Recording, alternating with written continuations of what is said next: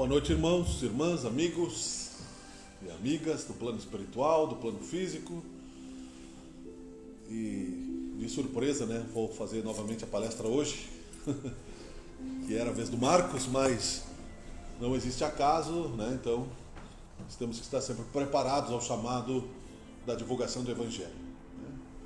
Portanto, basta sermos simples na divulgação, porque não temos santidade para sermos além disso, não importa o quanto nos preparemos nessa encarnação, Então vamos fechar os nossos olhos num instante, pedimos a orientação divina para este momento, que nosso Senhor Jesus Cristo nos ilumine, que os mentores desta casa e os anjos da guarda do Centro Harmonia e Luz estejam conosco neste momento e que possamos, com justiça, fazer a caridade para o Espiritismo, que é a sua divulgação correta e honesta. Que seja feita a tua vontade, Senhor meu Deus. Obrigado, irmão Jesus, por estar entre nós, ao plano espiritual, e que assim seja. Do Evangelho segundo o Espiritismo, capítulo 4. Ninguém poderá ver o reino de Deus se não nascer de novo. Jesus, tendo vindo às cercanias de Cesareia de Filipe, interrogou assim seus discípulos: que dizem os homens com relação ao Filho do Homem? Que dizem que eu sou? Eles lhe responderam: dizem uns que és João Batista, outros que Elias, outros que Jeremias ou algum dos profetas. Perguntou-lhes Jesus: e vós, quem dizeis que eu sou? Simão Pedro, tomando a palavra, respondeu: tu és o Cristo, o Filho do Deus vivo.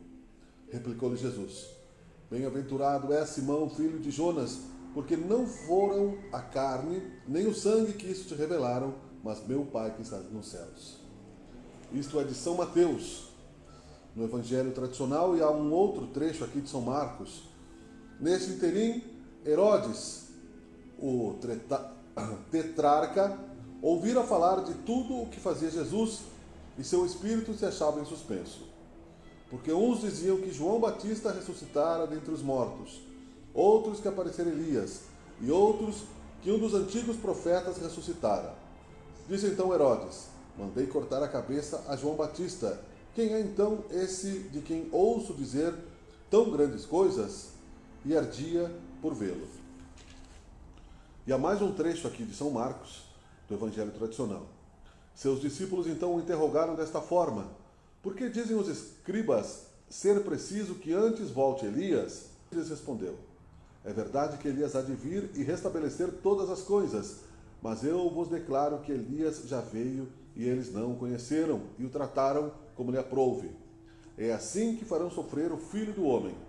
Então seus discípulos compreenderam que fora de João Batista que ele falara. São Mateus e São Marcos. Um pequeno trechinho do Evangelho segundo o Espiritismo para a gente conversar sobre isso. Ressurreição e reencarnação. A reencarnação fazia parte dos dogmas dos judeus sob o nome de ressurreição. Só os saduceus, cuja crença era a de que tudo acaba com a morte, não acreditavam nisso. As ideias dos judeus sobre este ponto, como sobre muitos outros, não eram claramente definidas, porque apenas tinham vagas e incompletas noções acerca da alma e da sua ligação com o corpo. Criam eles que um homem que vivera podia reviver, sem saberem precisamente de que maneira o fato poderia dar-se. Designavam pelo termo ressurreição o que o Espiritismo mais judiciosamente chamava a reencarnação.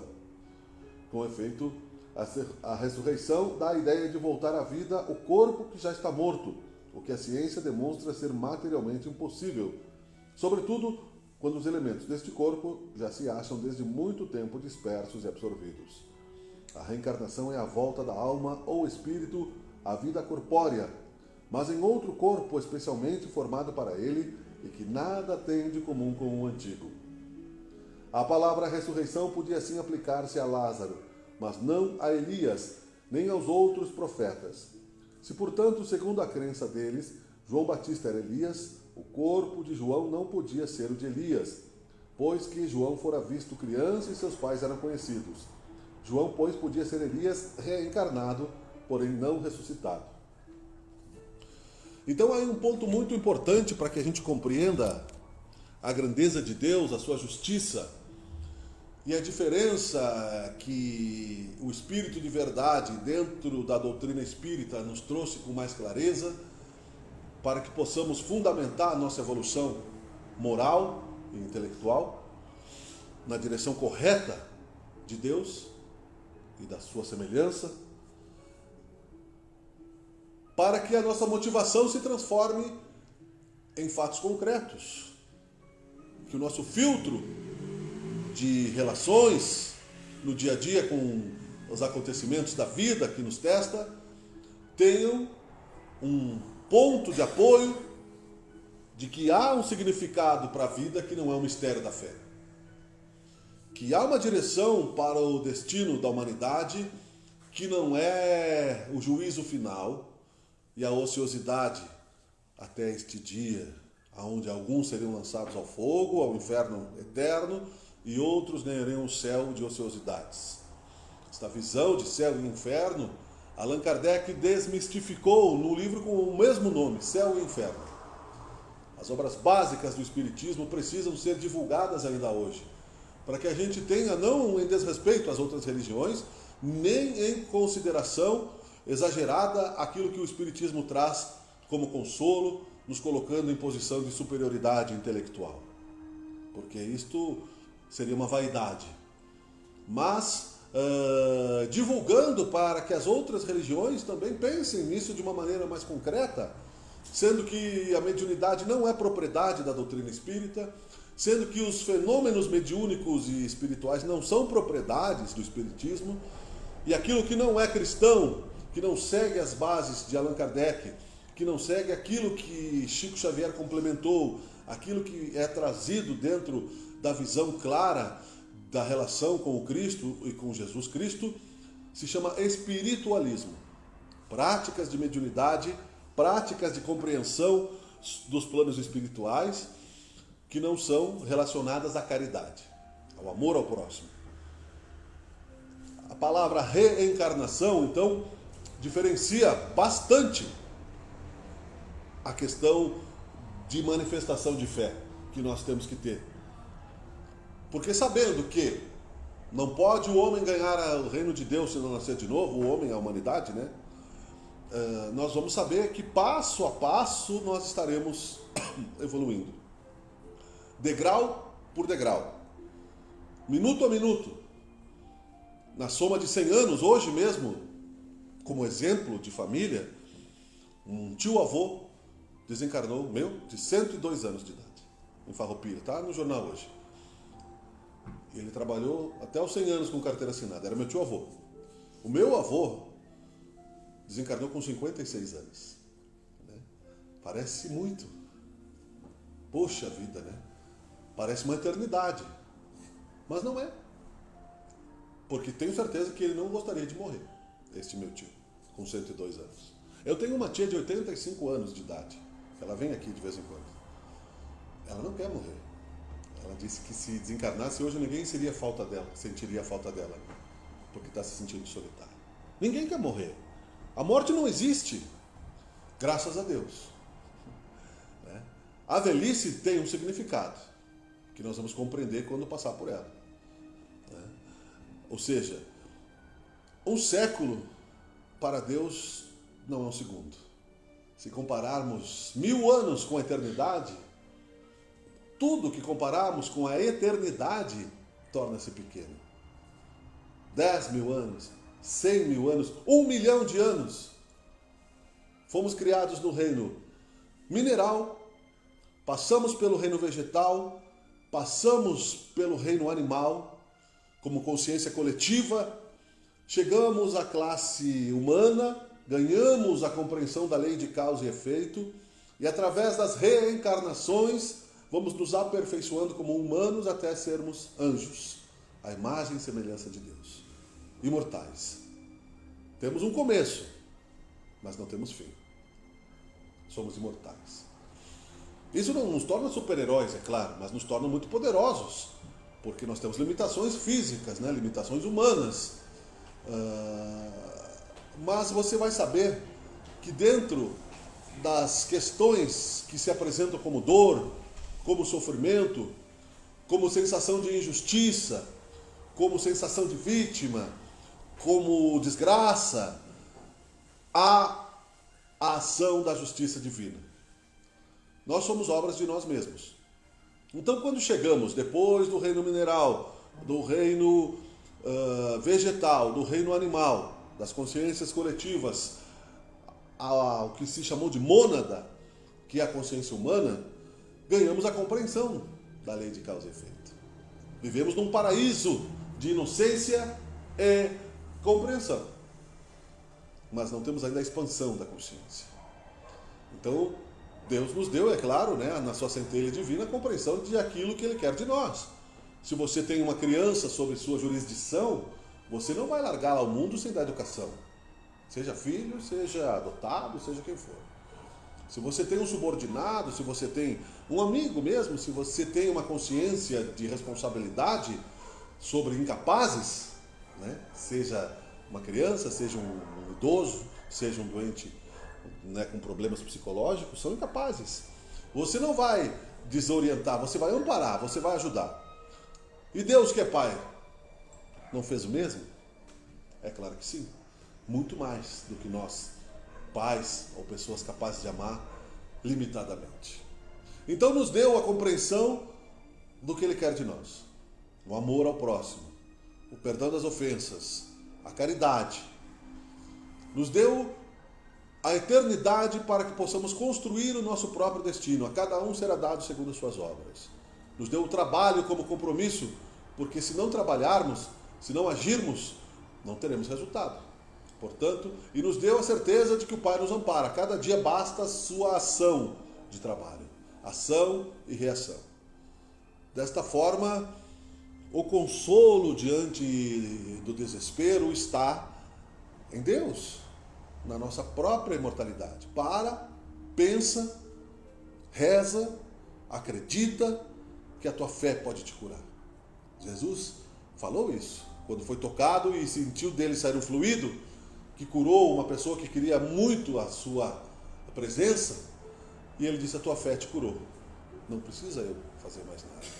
Teve um caso de um soldado que ele curou à distância, que virou, inclusive, uma frase repetida ao extremo nas outras religiões, Senhor, eu não sou digno de que entreis em minha morada, mas dizeis uma só palavra, sereis salvo.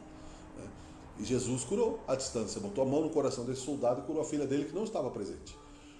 Porque é a lei do pensamento, isso é a lei do amor, é a lei da boa vontade. Nesse trecho que nós lemos, João Batista era a reencarnação do profeta Elias, que veio para anunciar isso, que o plano espiritual é organizado, que nós não seremos diferentes do que somos agora, se desencarnássemos todos nesse momento, no plano espiritual. Muitos espíritos nem sabem que desencarnaram, de tão apegados à matéria que estão. Muitos espíritos endurecidos passam vida após vida nos umbrais, ou seja, em regiões de sofrimento, até mesmo encarnados, sem aceitarem a ajuda da luz. Ou quando aceitam, rejeitam, ou acham que merecem mais do que aquilo que mereceram. Nós vimos no filme do André Luiz, quando ele foi resgatado no umbral, no nosso lar, alguns diziam que ele não deveria ser resgatado porque ele era um suicida. E ficaram lá. Ficaram lá porque podiam ter sido resgatados também. Mas estavam acusando ele não, suicida. E ele era um suicida indireto, porque ele se destruiu através dos vícios todos que podia ter tido, apesar do dinheiro que ele teve e da consciência que ele tinha, de inteligência, capaz de fazer as coisas. Essas realidades todas, é preciso que nós compreendamos e construamos a nossa fé de uma maneira sólida, se quisermos realmente termos força no momento da dor, da solidão. Porque é na solidão que nós vamos aprender. Nós nascemos com a ajuda do plano espiritual, da mãe, do médico, mas o espírito, se não quiser nascer, ele não nasce. Se ele não fizer a força para reencarnar, por isso que muitas vezes, quando espíritos vão reencarnar em famílias que eles não estão prontos ainda para o resgate, há o aborto natural, sem causas clínicas, porque o espírito tem medo, ele foge daquele corpo, porque não quer enfrentar a si mesmo, não quer enfrentar o encontro com o inimigo de uma outra encarnação, e assim sucessivamente. Não haveria como encontrar o amor entre as criaturas se não fosse através de Deus, se não fosse através da reencarnação. A ciência sabe, né, assim como os animais que ficam cadavéricos, que a carne se desintegra. Nós sabemos disso. Ela apodrece. Ela vai de volta para a natureza. Os ossos, inclusive. Nós sabemos que os cadáveres humanos também acontece isso. Se dispersa. Os átomos, a água que tem no corpo, né, toda aquela carne aglutinada em sangue. Então o que nos mantém vivos? É o fluido vital. É o espírito, a consciência que ali está, ligada a um corpo temporário, pela vontade de Deus, com uma quantidade de energia X, que vai se desgastando até ficarmos bem velhos, ou morremos antes por alguma questão de acidente, ou de doença, não sabemos, com uma criação mental, uma criação violenta, para tirarmos todas as lições até o último segundo da encarnação.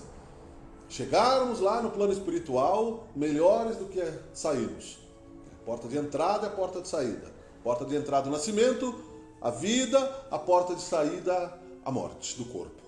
Mas a continuação da vida do outro lado de uma maneira lúcida.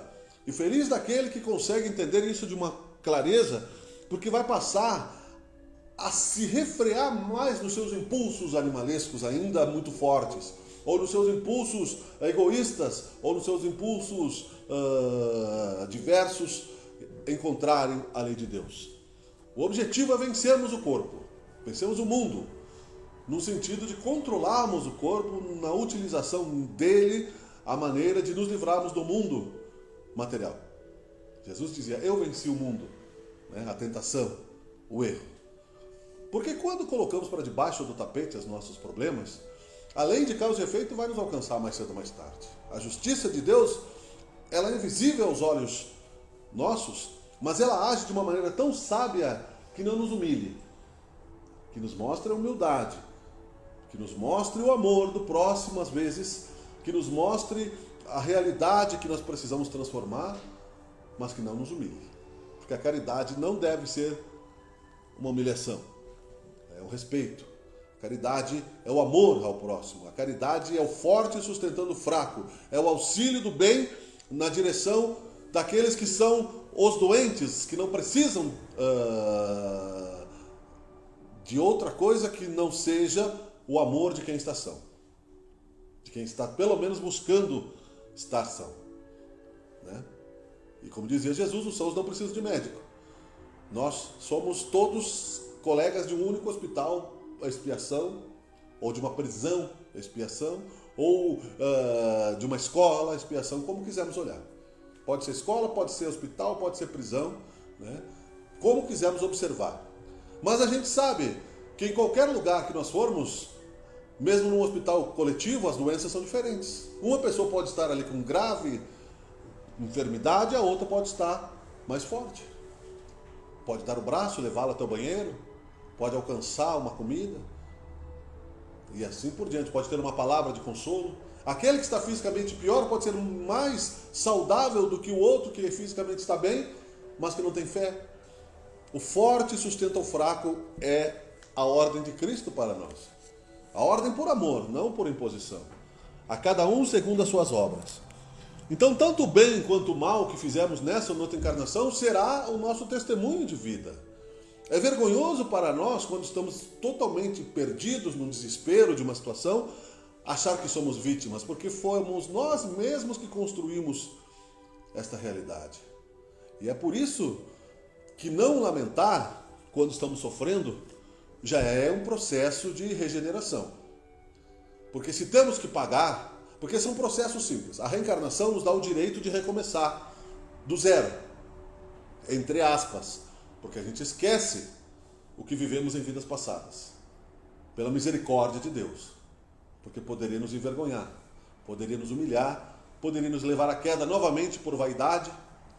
Um rei pode ser um mendigo pode ter sido um rei, pode ter sido um general e viver uma vida simples. Né? Um trabalhador pode ter sido um grande empresário, mas que maltratou os seus funcionários em vez de gerar prosperidade, e assim sucessivamente.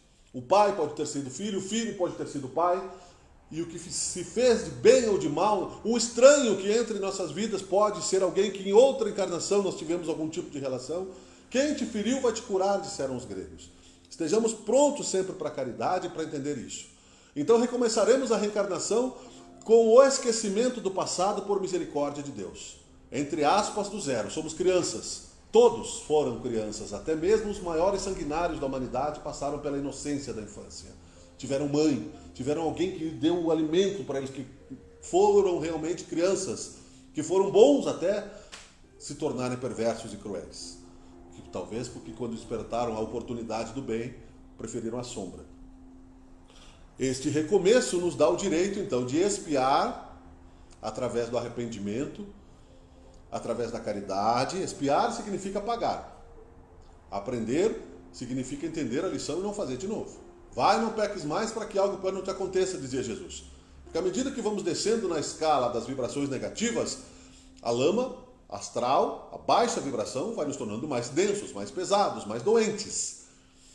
Mas à medida que vamos nos desprendendo das coisas mesquinhas e nos tornando mais generosos uns com os outros, não perfeitos, né? Generosos, perdoar quantas vezes for necessário, a si mesmo e ao próximo, infinitas vezes, não importa o que aconteça.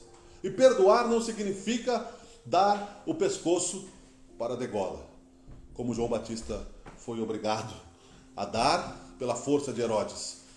Perdoar significa mostrar o outro lado, mostrar que você pode fazer o bem sem ser manipulado pelas sombras. Porque não significa que você é bom, que você é mais inteligente do que o mal. O mal pode ser mais obscuro e perverso e ter artimanhas que você não é capaz de compreender, e a ingenuidade não vai te livrar das sombras. A ingenuidade de fazer o bem sem saber exatamente qual é o melhor caminho vai te levar à desilusão. Você vai achar que o mundo não merece.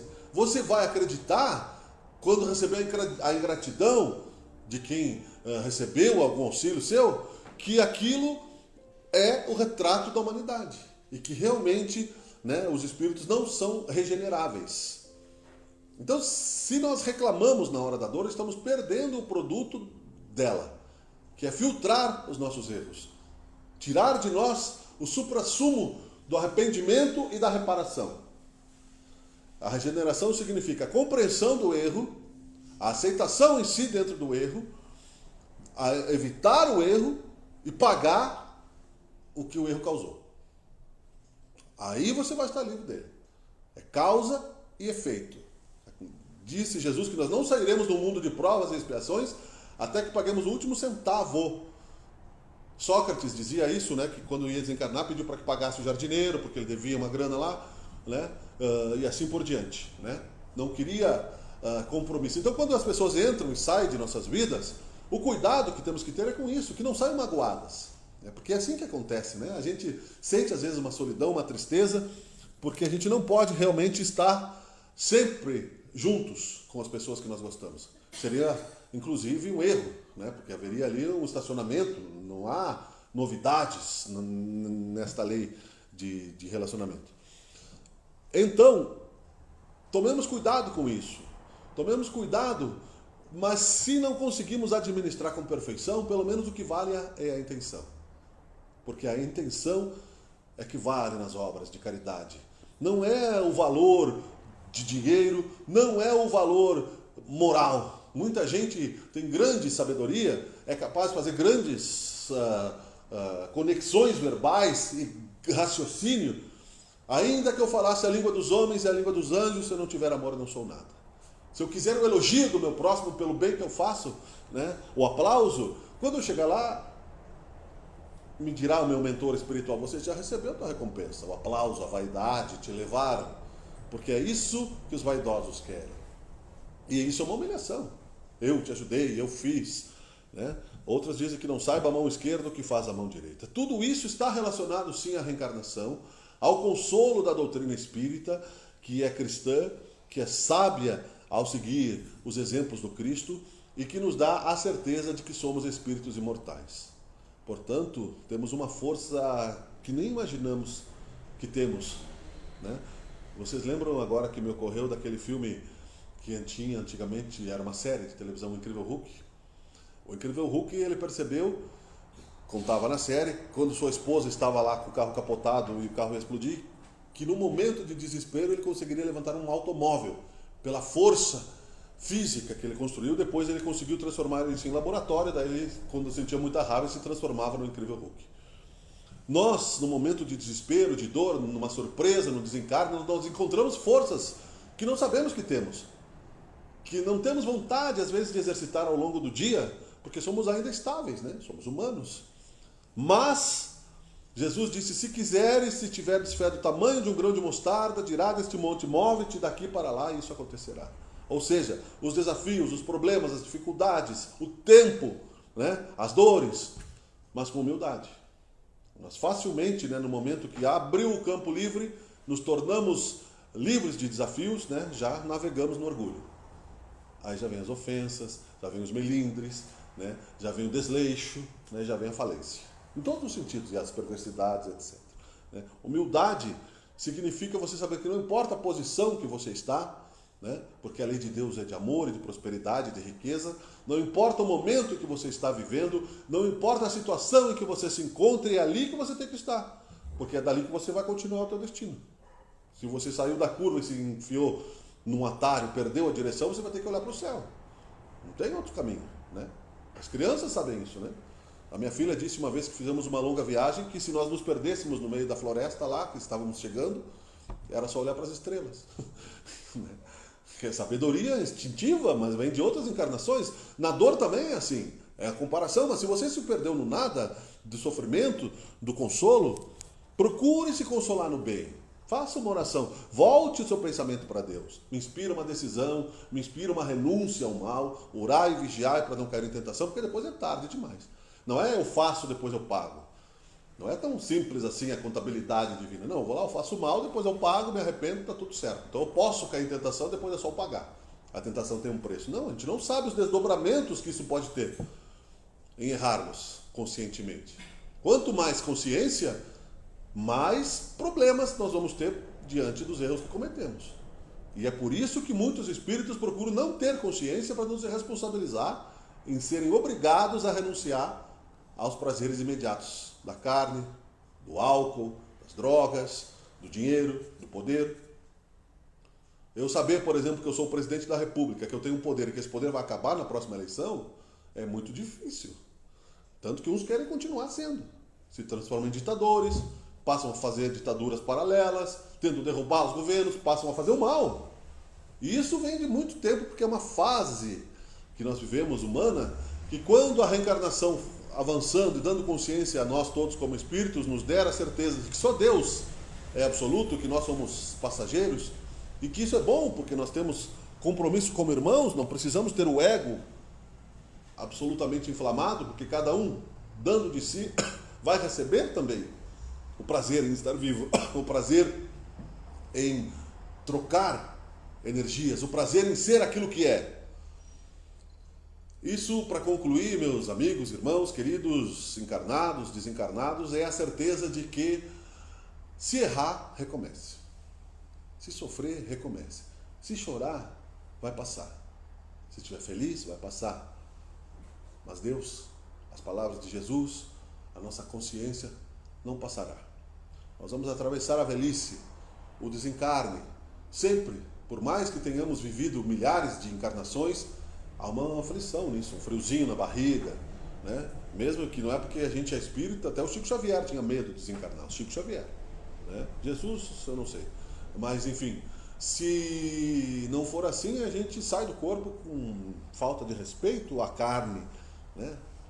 A gente tem que respeitar esse casulo que nos aguentou, né? Esse burrinho, como chamava São Francisco de Assis, que nos aguentou e aguentou aquilo que nós impomos para ele.